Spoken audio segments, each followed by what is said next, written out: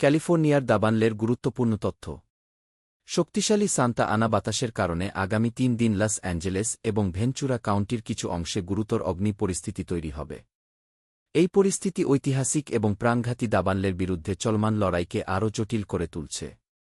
প্রভাব ও ক্ষতি। এই দাবানলে এখন পর্যন্ত ২৪ জন প্রাণ হারিয়েছেন এবং গ্রেটার লস অ্যাঞ্জেলেস এলাকায় ৪০,০০০ একর জমি পুড়ে গেছে। পুরোপুরি ধ্বংস হয়ে গেছে ১২,০৩০টিরও বেশি স্থাপনা। প্যালিসেডস ফায়ারের জন্য নির্ধারিত সরিয়ে নেওয়ার আদেশ আরও সম্প্রসারিত হয়েছে।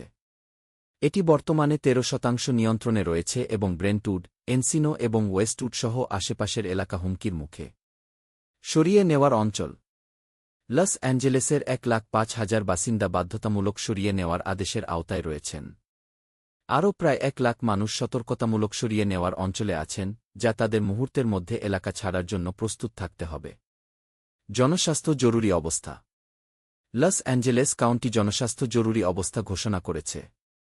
ধোঁয়া এবং ক্ষুদ্র কণার কারণে তাৎক্ষণিক এবং দীর্ঘমেয়াদী স্বাস্থ্যঝুঁকি দেখা দিতে পারে। বাসিন্দাদের সরিয়ে নেওয়ার অঞ্চল এবং সুরক্ষা নির্দেশাবলী সম্পর্কে সচেতন থাকার জন্য পরামর্শ দেওয়া হচ্ছে।